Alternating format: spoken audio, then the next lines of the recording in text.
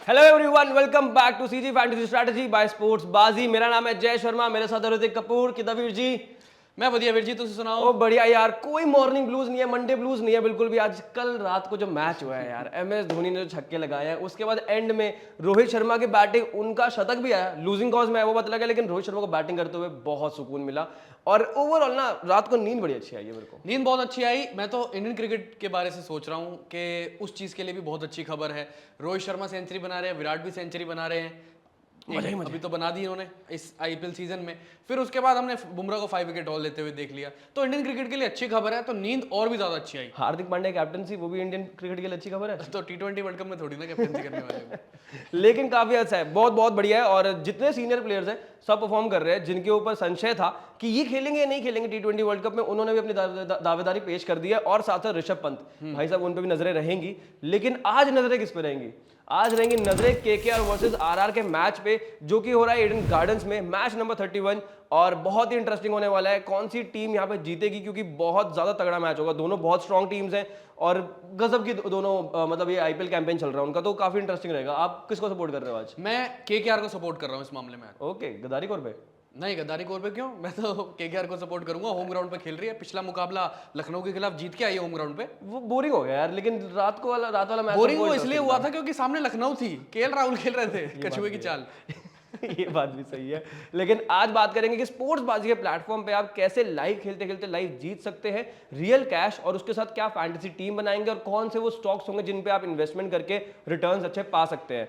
तो सबसे पहले चलते हैं हम सीधा अपने फर्स्ट सेगमेंट की तरफ ऋतिक, और उसका नाम है जानकारी। एग्जैक्टली। तो ज्ञानकारी सेगमेंट में सबसे पहले हम बात करेंगे पिच रिपोर्ट की। तो पिच रिपोर्ट क्या कहती है? तो ईडन गार्डन्स की पिच रिपोर्ट जो है जय, पिछला मुकाबला यहाँ पर जो लखनऊ के खिलाफ खेली थी केकेआर, वो दिन का मुकाबला था। थोड़ा बहुत वियर एंड टियर भी देखने को मिला था और पिच थोड़ा बहुत डबल पेस था। यहाँ पर स्पिनर्स की भी मदद मिली थी, वरुण चक्रवर्ती ने अच्छी गेंदबाजी करके दिखाई। पर जो आरआर वर्सेस केकेआर के बीच मुकाबला है वो शाम का मुकाबला है, तो आपको ड्यू भी देखने को मिलेगा। आउटफील्ड बहुत तेज हो जाती है केकेआर की शाम के टाइम पे।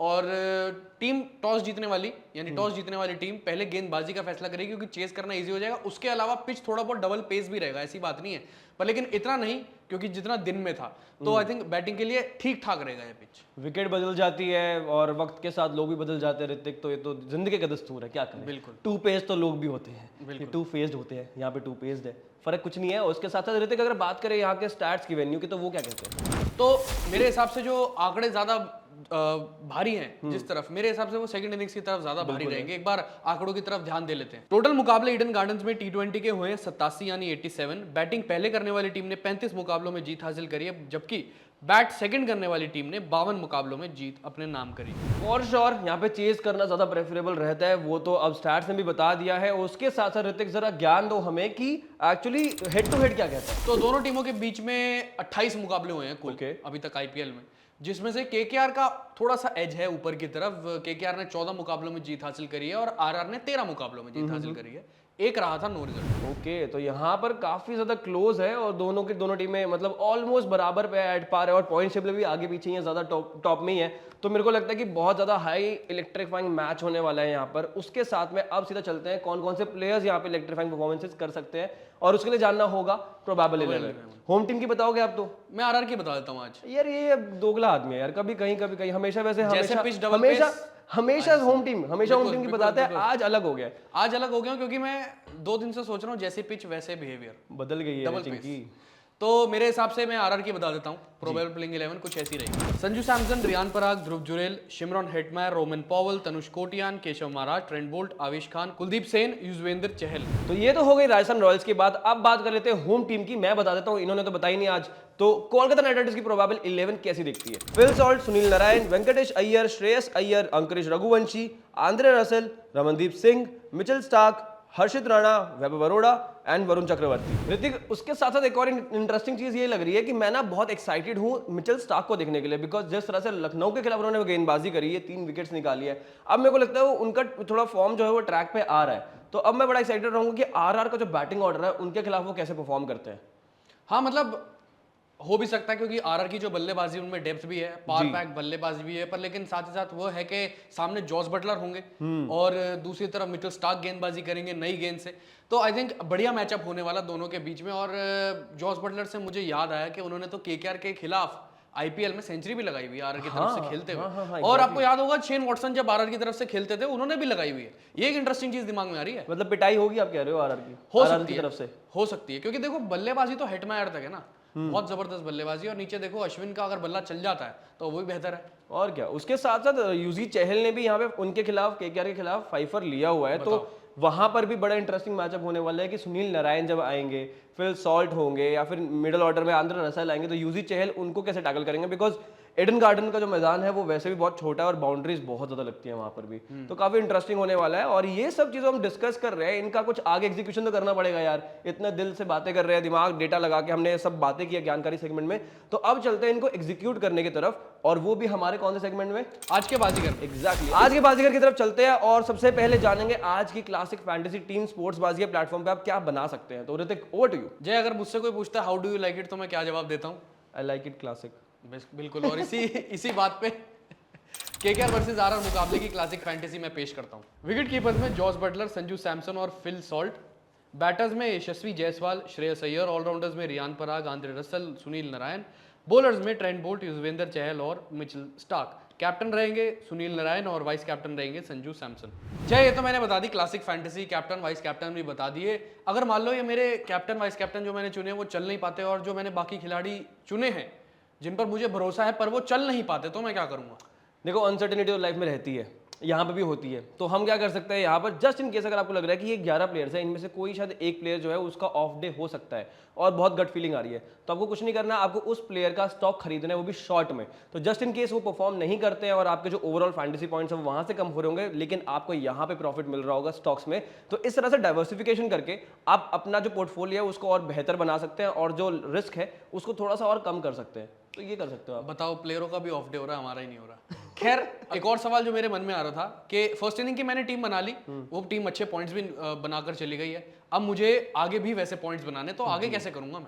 आगे अगर आपको ऐसे ही इनकी तरह बहुत ज्यादा पैशन है कि मुझे और पॉइंट्स लेने हैं और पॉइंट्स चाहिए कैसे भी करके, तो मत ही लेना, मैं बताता हूँ सही तरीका क्या है। तो सेकंड इनिंग्स में आप जाके फिर से एक और टीम बना सकते हैं वहां पे, जस्ट इन केस आपको लग रहा है कि यार जो फर्स्ट इनिंग्स के प्लेयर है वो तो कर रहे हैं अच्छा, और एक और ऑप्शन बन सकता है कि आप सेकंड इनिंग्स में जाके अपनी टीम बना सकते हो और जो ओवरऑल पॉइंट्स है आपको और बढ़ा सकते हैं अपने, तो वहां से अर्निंग्स भी बढ़ जाएंगी, ऑब्वियसली बात है। तो आपको सेकंड इनिंग्स की टीम बनानी है, और जो बैट्समैन जो बैटिंग करने वाले सेकंड टीम से, और जो बॉलर्स नेक्स्ट टाइम बॉलिंग करने वाले हैं इंक्लूडिंग ऑलराउंडर्स, आप उस तरह से वो टीम बना सकते हैं, कैप्टन वाइस कैप्टन चूज करें, और उसके बदले में आप अगर आप जीतते हैं तो फिर ऑफकोर्स आपको पॉइंट्स मिलेंगे, और पॉइंट्स के बदले में आपको कैश मिलेगा, तो आप इन कैश करवा सकते हैं। तो इस तरह से आप ना और एम्पलीफाई कर सकते हैं अपने जो पॉइंट्स होंगे उसको। तो इसके साथ साथ एक और इंटरेस्टिंग चीज ऋतिक ये है कि यहाँ पर ना स्पोर्ट्स बाजी के प्लेटफॉर्म पर आप लाइव खेलते खेलते ना लाइव जीत सकते हो रियल कैश, और सबसे इंटरेस्टिंग मुझे वही लगता है, और मुझे वो खेलने में बहुत मजा आता है। और कल का ही मैच ले लो, मैंने कहा था कि जसप्रीत बुमराह जो है वो विकेट्स जो है नहीं ले पाएंगे, और वही हुआ, नहीं लिए, ज्यादा नहीं लिए उन्होंने। मेरा ओपिनियन यही था कि क्योंकि बैटिंग लाइनअप जिस तरह का था, मेरे को लग रहा था कि नहीं ले पाएंगे, और मैंने उनको शॉर्ट में सेल किया था और वही हुआ। तो इसीलिए मतलब जो एनालिसिस है, दिल दिमाग डेटा हम जो यहाँ लगाते हैं वो वहाँ भी लगाते हैं और रिटर्न्स पाते हैं। और साथ में रोहित शर्मा की मैंने सेंचुरी की भी येस की थी और वो हो गया, और बहुत लास्ट में हुआ, मेरे को लग रहा था कि पता नहीं होगा नहीं होगा, but end of the day Rohit Sharma ने 100 बना दी थी, तो मेरे को बड़ा मजा आया। और MS धोनी के वो छक्के थे वो तो भाई क्या ही कहने थे, उसमें भी बहुत मजा आया। MS धोनी एक से ज्यादा बॉल खेलेंगे नहीं खेलेंगे, वहां पे एक मार्केट में सवाल था स्टैट्स प्रो पे, जिसपे मैंने कहा था कि वो खेलेंगे, और वो खेले, 4 गेंदें खेले, और वहां पे भाई 20 रन लगे, और वो रिटर्न भी मिला, जो खुशी मिली, और उसके साथ में जो यहाँ से रिटर्न आया रियल कैश वो भी मिला। तो आप भी इसी तरह से खेल सकते हैं, और कैसे खेलना है ये मैं बताता हूँ। इस मैच से रिलेटेड किस तरह के क्वेश्चंस होंगे आपके पास वहां पर। तो अगर आप स्पोर्ट्स बाजी के प्लेटफॉर्म पे जाएंगे, वहाँ स्टैट्स प्रो पे क्लिक करेंगे, तो आपको इस मैच से रिलेटेड क्वेश्चंस दिखेंगे, और उसको मार्केट्स भी बोल देते हैं, और जिस तरह की कॉन्टेस्ट रहते हैं वो मैं आपको बताता हूँ। Kolkata will win the T20 match against Rajasthan. अब कोलकाता जिस तरह की फॉर्म में है और वो भी अपने घर पे, उनको हराना बड़ा मुश्किल है, तो प्रोबेबली आप कह सकते हो कि हाँ यस पॉसिबिलिटी है कि वो कोलकाता मैच जीत सकती है। लेकिन मेरा ओपिनियन तो ये रहेगा कि हाँ कोलकाता जीत सकती है, लेकिन अगर आपका ओपिनियन है कि नहीं राजस्थान रॉयल्स भी टक्कर का मुकाबला देने वाली है और वो भी जीत सकती है, उतनी पॉसिबिलिटी उनकी भी है, तो आप नो पे जाकर क्लिक कर सकते हैं और अपना ओपिनियन वहाँ शेयर कर सकते हैं, इन्वेस्ट कर सकते हैं और रिटर्न्स में रियल कैश पा सकते हैं। उसके साथ सेकंड अगर क्वेश्चन देखें यहाँ पर, तो वो ये है कि toss winning team will opt to bowl first.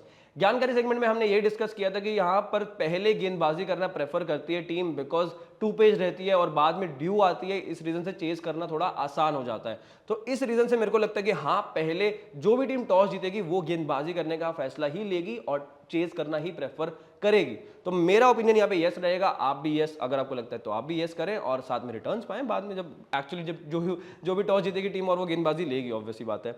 और नीचे अगर थोड़ा स्क्रॉल करें हम तो यहाँ पर सवाल है कि team batting first will score 185 और मोर रन्स इन 20 ओवर्स। अब यहाँ पर हाई स्कोरिंग मैचेस हमें पता होते हैं, हाई स्कोरिंग अफेयर्स रहते हैं, तो कहीं ना कहीं पॉसिबिलिटी है 185 स्कोर होने की, क्योंकि पिछला मैच जो था ऋतिक, उसमें तो हमने देखा था कि यार एलएसजी की टीम इतनी ज़्यादा बैटिंग में स्ट्रांग नहीं है, तो कहीं ना कहीं वो बैकफायर हुआ। बट स्टिल आई थिंक कि जब ये दोनों टीमें आएंगी, दोनों पावर हाउसेज है बैटिंग का, तो यहाँ पे 180 प्लस स्कोर लगाना कोई बड़ी बात नहीं होगी। तो मेरे को लगता है 185 प्लस लगाना will be easy for both of the teams. तो कोई भी टीम आती है पहले बल्लेबाजी करने, वो 185 रन बना सकती है। मैं यस करूंगा, आप अपने हिसाब से देख सकते हो, अपना दिल दिमाग और डेटा लगाकर जो ओपिनियन है वो यहाँ शेयर कर सकते हैं आप और रिटर्न्स पा सकते हैं। तो ये तो हो गई बात स्टैट्स प्रो की। अब चलते हैं हम स्टॉक्स की तरफ कि स्टॉक्स कैसे इन्वेस्ट करने हैं आपको और कौन से वो टॉप 3 स्टॉक्स होंगे जिन पे आप इन्वेस्ट कर सकते हैं और रिटर्न्स पा सकते हैं। सबसे पहला स्टॉक होगा मिचेल स्टार्क का, बिकॉज जिस तरह से उन्होंने गेंदबाजी की है ऐसा लग रहा है कि फॉर्म में आ गए हैं। हम ये डिस्कस कर भी रहे थे शुरुआत में इस वीडियो के, तो मैं पहले रखूंगा मिचेल स्टार्क को, जिनका long is 46 rupees and short is 42। अगर आपको लगता है मिचेल स्टार्क जो है वो 46 से ज्यादा पॉइंट्स दे सकते हैं आपको फैंटेसी पॉइंट्स, तो आप 46 पे जाके इन्वेस्ट कर सकते हैं लॉन्ग, अदरवाइज शॉर्ट 42 पे कर सकते हैं अगर आपको लगता है कि नहीं 42 से कम पॉइंट्स रह जाएंगे उनके ओवरऑल फैंटेसी के। और just for your kind information, last match में उन्होंने 93 पॉइंट्स निकाले, तो पॉसिबिलिटी है, हाई पॉसिबिलिटी है कि वो इस मैच में भी अच्छे विकेट्स निकाल सकते हैं और अच्छे पॉइंट्स लेके जा सकते हैं। उसके साथ अगर हम बात करें यहाँ पे सेकंड पिक की, तो वो रहेंगे यशस्वी जायसवाल। हाँ, मेरे को पता है आप कहोगे यार फॉर्म में नहीं है, इतना अच्छा नहीं कर रहे, तो उसी बेसिस पे हमने यहाँ पे जजमेंट ये किया है कि मैं यहाँ पे शॉर्ट 41 रखूंगा यशस्वी जायसवाल का और वहां पे इन्वेस्ट करूंगा, क्योंकि मेरे को लगता है कि 41 पॉइंट से वो कम रह जाएंगे इस बार और नहीं परफॉर्म कर पाएंगे, बिकॉज सामने मिचेल स्टार्क होंगे और लेफ्ट आर्म पेसर के सामने आपको पता ही है कि थोड़ा बहुत इश्यूज तो आते हैं यशस्वी जायसवाल को। उसके साथ साथ यशस्वी जायसवाल अगर आपको लगता है कि परफॉर्म कर सकते हैं, क्योंकि यहाँ बैटिंग विकेट होगी, आउटफील्ड जो है वो बहुत तेज होती है, बाउंड्री छोटी हैं, तो लॉन्ग 45 पे जाकर आप इन्वेस्ट कर सकते हैं अगर आपको लगता है 45 पॉइंट से ज्यादा जायसवाल आपको देकर जाएंगे। उसके बाद थर्ड अगर हम चले तो थर्ड कौन सा प्लेयर है? थर्ड प्लेयर है यूजी चहल। 5 लिया हुआ है केकेआर के खिलाफ, कॉन्फिडेंस ज्यादा है ही और पर्पल कैप होल्डर्स की लिस्ट में वो टॉप में आ रहे हैं, तो मेरे को लगता है कि फॉर्म में है और उस चीज का फायदा बहुत मिलेगा और स्पिनर्स के लिए बहुत मदद रहती है वहां पे केकेआर के मैदान पे, ईडन गार्डन्स के मैदान पे। और लॉन्ग 38 रुपीज है यूजी चहल का और शॉर्ट है 34 रुपीज। और लास्ट 3 से 4 मुकाबले अगर हम देखें तो हर मुकाबले में उन्होंने 30 से ज़्यादा तो पॉइंट्स दिए ही हैं। लास्ट मुकाबला बस 29 पॉइंट्स पे रह गया था, लेकिन उसके पहले तो मैं कहूँगा 50 प्लस पॉइंट्स दिए हैं, तो इसलिए जो फॉर्म है वो बहुत अच्छी है और उसको आगे कैरी फॉरवर्ड करना चाहेंगे यूजी चहल और जो कंडीशंस है वो भी फेवरेबल रहेंगी उनके। ये तो हो गई स्टार्ट्स प्रो और स्टॉक्स की बात, पर लेकिन जय आपने सुना क्या तनुष कोटियन को आप जानते हो, जिन्होंने पिछले मुकाबले में आरआर के लिए ओपनिंग करी थी जॉस बटलर की जगह पर गैर मौजूदगी में। मुंबई रणजी टीम के लिए तो वो 11 नंबर पे भी खेले हुए हैं, बिल्कुल, पर अब राजस्थान रॉयल्स के लिए वो ओपन कर रहे हैं। एग्जैक्टली, मतलब सरप्राइजिंग था काफी कि तनुष कोटियान जो 11th पे खेलते हैं 11वें नंबर पे 10वें 11वें पे, बिकॉज वो बॉलर है, तो वो ओपन कर रहे हैं। पोटेंशियल देखा कुछ ऐसा बैटिंग का मेरे को लगता है राजस्थान रॉयल्स ने। अश्विन को भी एक बार ओपन कराया था, तो ये करती रही थी राजस्थान रॉयल्स की टीम। आई थिंक इस बार मुंबई रणजी टीम के लिए उन्होंने तेज गति से रन भी बनाए थे, इस बार रणजी ट्रॉफी में शतक भी लगाया था, 120 रन की उन्होंने पारी भी खेली थी, मुझे याद है। तो इस वजह से उनको थोड़ा सा लेवल अप इस चीज से मिला, पर लेकिन ये मेरे हिसाब से डिसीजन ये हो कि ऊपर आके तेज रन कर दे जी। थोड़े बहुत उन्होंने 20-30 रन किए थे तेज, पर लेकिन उतना इंपैक्ट नहीं छोड़ पाए क्योंकि डेब्यू था, थोड़ा सा मन में रहती है वो चीज, नर्वसनेस रहती है। हो सकता है आगे अब डर खुल गया हो उनका, अब सामने पर अगर खेलते हैं, वैसे तो अब जॉस बटलर आएंगे ऐसी बात नहीं है, पर लेकिन अगर मान लो खेलते हैं पर सामने तो बॉलिंग अटैक फिर वो वाला दूसरा वाला हो जाएगा ना। मिचेल स्टार्क होंगे वहां पे, कैसे फेस करेंगे 140 प्लस की स्पीड, वो देखने वाली बात होगी। तनुष कोटियान क्या दूसरे सुनील नारायण हो सकते हैं, वो भी एक सवाल रहेगा, क्योंकि वो भी उस तरह के हैं और वैसे ही अगर या पोटेंशियल पे आप टैप ऑन कर रहे हो तो क्या पता तनुष कोटियान भी वैसा कुछ आउटपुट लेकर आ जाए, यू नेवर नो। लेकिन इंटरेस्टिंग रहेगा उनको देखना कि अब इस मैच में भी ओपन करेंगे या नहीं करेंगे। आपको क्या लग रहा है? नहीं लगता मुझे, नहीं लगता, मेरे को लगता है कर सकते हैं, एक और बार ट्राई करेंगे, थोड़ा तो देंगे लेवरेज। तो ऋतिक अब जाने से पहले मुफ्त का ज्ञान तो बनता है, ऑडियंस को देके जाएंगे, है ना।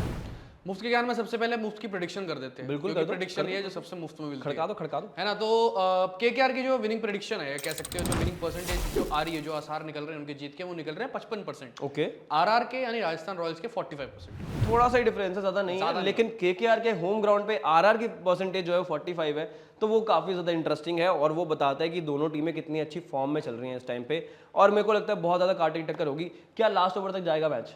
बहुत ज़्यादा उम्मीदें हैं, क्योंकि पिच का जो नेचर है वो थोड़ा बहुत डबल पेस भी हो सकता है मुकाबले में। तो कई बार जब ऐसा होता है तो मुकाबले धीरे धीरे डॉट बॉल परसेंटेज धीरे धीरे जब बढ़ती जाती है तो एंड तक चले जाते हैं। एग्जैक्टली और इसके साथ साथ एक और चीज आपको देके जाते हैं मुफ्ती के ज्ञान में, वो है एक बोनस स्टॉक। किसका होगा वो मैं बताता हूँ। तो जो बोनस स्टॉक है वो है आंद्रे रसल का, एंड उनका लॉन्ग है 53 rupees and short is 48 rupees. तो ऑलराउंडर है, गेंद और बल्ले दोनों से कंट्रीब्यूट करते हैं। पिछले मैच में तो उनकी बैटिंग ही नहीं आई तो वो बात अलग है, बट अगर बैटिंग आती तो फॉर श्योर वहां भी कंट्रीब्यूट करते। और विकेट्स एक निकाली थी उन्होंने पिछले मैच में भी। तो ओवरऑल मेरे को लगता है कि 53 जो लॉन्ग है आप उस पर जाके इन्वेस्ट कर सकते हैं, बिकॉज वो उतने पॉइंट्स तो आपको दे ही देंगे बड़े आराम से। तो इस वीडियो में हमारी तरफ से इतना ही, और साथ साथ एक और इंपॉर्टेंट रिक्वेस्ट आपसे ये करनी है कि जब भी आप इन्वेस्ट करें तो अपना जो पोर्टफोलियो है उसको डाइवर्सिफाई करने की कोशिश करें, ताकि जो रिस्क फैक्टर है वो कम हो जाए और जो आपका प्रॉफिटेबिलिटी है वो ज्यादा और बेहतर हो जाए और बैलेंस आउट हो जाए। जस्ट इन केस अगर आप कहीं लॉस भी फेस कर रहे हैं या कहाँ पे हो सकता है कि शायद से ये रिस्क है, यहाँ पे लॉस हो सकता है, इस जगह क्लासिक में है, तो आप अलग अलग तरह से उसको मिटिगेट करके, चाहे इन्वेस्टमेंट पॉइंट ऑफ व्यू से आप कहो कि आप स्टैट्स प्रो में खेल रहे हैं, उसके बाद कुछ अमाउंट आप स्टॉक्स में भी लगा रहे हैं, ताकि ओवरऑल आपको जो रिटर्न्स है वो बेहतर मिले। और रिस्पॉन्सिबली खेलें, स्मार्टली खेलें, और वो आप वैसे खेलते हो लेकिन ठीक है फिर भी कहना बनता है, राइट। तो उसके साथ एक और इंपॉर्टेंट चीज़ वो है कि जाने से पहले ना टेलीग्राम चैनल भी ज्वाइन कर लें हमारा, ताकि जो भी लास्ट मिनट अपडेट्स होती हैं वो आपको उधर मिल जाएं। क्योंकि कई बार होता है कि जो प्लेयर है वो अवेलेबल नहीं होता, आफ्टर द टॉस कोई चेंज आता है टीम के अंदर, तो वो वहाँ पर अपडेटेड आता है अब टेलीग्राम चैनल पे हमारे, तो वहाँ पे ज्वाइन कर लेना। उसके साथ साथ अपना सपोर्ट जो है वो सोशल मीडिया हैंडल्स को देना हमारे, और साथ में यूट्यूब चैनल को भी सब्सक्राइब कर लेना, ताकि जब भी कोई वीडियो आए, जब भी हम आए, तो आप भी दूर ना रह जाएं और सारी वीडियोस आप देख पाएं और टीम्स बना पाएं और रियल कैश जीते रहें स्पोर्ट्स बाजी के प्लेटफॉर्म पे। Thank you so much for watching CG fantasy strategy by Sports Baazi, signing of.